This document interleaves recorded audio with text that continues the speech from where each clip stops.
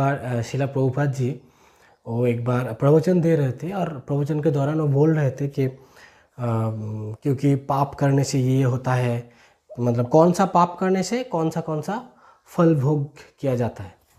तो उसी दौरान शिला प्रभुपाद जी ने बताया कि जब भगवान के सामने हम लोग जब ताली देंगे, ऐसे कोई जो शुद्ध भक्त होता है, तो जो शुद्ध भक्त होता है वो अगर शुद्ध मनोभाव से भगवान के सामने अगर ताली दे तो उनका सारा जो कर्म फल है, सारा जो पाप कर्म है वो सब विनष्ट हो जाते हैं।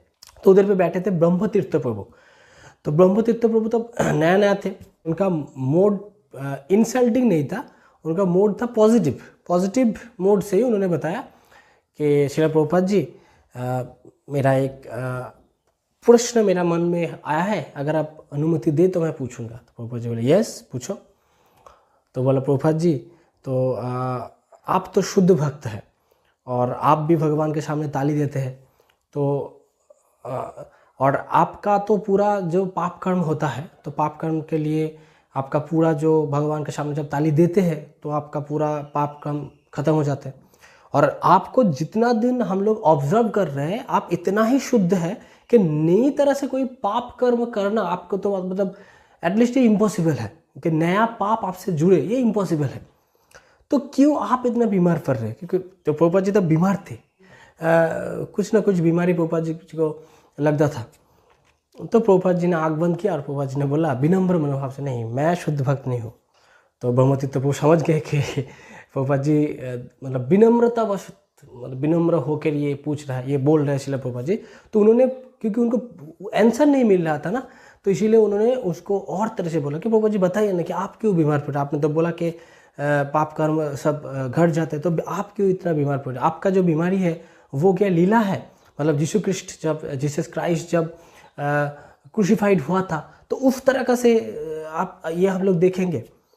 तो प्रभुपाद जी ने बोला कि नहीं, मैं बीमार इसलिए पड़ता हूँ क्योंकि मैं बहुत पाप किया हूँ, मेरे द्वारा बहुत पाप हुआ है। और क्या पाप हुआ तुम जानते हो? कि मैंने बहुत सारा शिष्य मैंने एक्सेप्ट कर लिया है। क्योंकि शास्त्र में लिखा है कि गुरु अगर शिष्य को एक्सेप्ट करे तो शिष्य का जो पाप कर्म, शिष्य का जो कर्म है वो गुरुदेव के ऊपर लागू होता है। तो क्योंकि मैंने ये एक पाप किया है कि मैंने बहुत शिष्य ग्रहण किया है, यही मेरा पाप है, इसीलिए मैं बीमार पड़ रहा हूँ। लेकिन प्रभुपाद जी उसके बाद मतलब तब क्या हुआ था, ये जब बोला था ना तो सभी लोग पिन ड्रॉप साइलेंस हो गए थे। क्योंकि प्रभुपाद जी के जो शिष्य लोग थे ना, तो वो लोग एकदम प्रभुपाद अंत प्राण थे। मतलब प्रभुपाद जी के मतलब वो लोग सोच रहे थे हमारे कारण प्रभुपाद जी कितने बीमार हो रहे हैं, हमारे कारण प्रभुपाद जी को कष्ट हो रहा है, मतलब अभी धरती फट जाए हम लोग नीचे चले जाए, मतलब इतना उनको गिल्टी फील हो रहा था। लेकिन प्रभुपाद जी उन लोगों को देख के प्रभुपाद जी ने फिर से बताया कि लेकिन हमें प्रीचिंग के स्वार्थ में, प्रीचिंग के हित के लिए हमें ये पाप करना ही पड़ेगा, मुझे उद्धार करना है, बद्ध जीवात्मा को उद्धार करने के लिए मैं ये पाप कर्म करने के लिए तैयार हूँ। तब मतलब वो लोग शॉक्ड हो गए कि मतलब प्रभुपाद जी को मनोभाव कैसा था। तो ये हम लोगों को सीखना चाहिए। कभी कभी आज का जो दीक्षा हुआ ना, इनिशिएशन जो सेरेमनी है, वो एक सेरेमनी बन के रह गए। लेकिन इनिशिएशन का असली अर्थ क्या है? तद्विधि प्रणिपात है ना। प्रभुपाद जी हमेशा कहते हैं कि प्रणिपात अगर नहीं हुआ ना, मतलब प्रणिपात मतलब कोई प्रणाम, दंडवत प्रणाम नहीं है। हम लोग प्रणिपात का मतलब है हाँ दंडवत प्रणाम, हम तो गुरुदेव के सामने दंडवत प्रणाम करते हैं तो प्रणिपात हो गया। नहीं, प्रणिपात मतलब प्रोकृष्ट रूपे न निपात, मतलब तुम्हें पूर्ण तरह से सरेंडर करना पड़ेगा भगवान के सामने। शिष्यस्तु अहं शादीमां तंग प्रपन्नम। और सरेंडर मतलब ऐसा तैसा सरेंडर नहीं है। गुरुदेव जो बोले, गुरुदेव अगर हमें ऐसे छत से कूदने के लिए बोले ना, हमें कूदने के लिए तैयार होना चाहिए। इस तरह से मनोभाव रखना चाहिए। तो ये सरेंडर। लेकिन हमारा आज का टेंडेंसी क्या हुआ है कि दीक्षा लेने के लिए क्या क्राइटेरिया है? पहले प्रीचर को पकड़ो, जो डिस्ट्रिक्ट प्रीचर है, जो नामहट्ट प्रीचर है, जो भक्ति वृक्ष का प्रीचर है, उनको पकड़ो।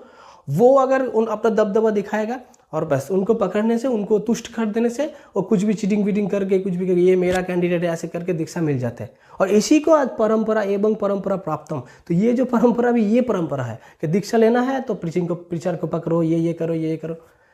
पहला कोई नहीं सिखाते कि दीक्षा का असली मतलब क्या होता है।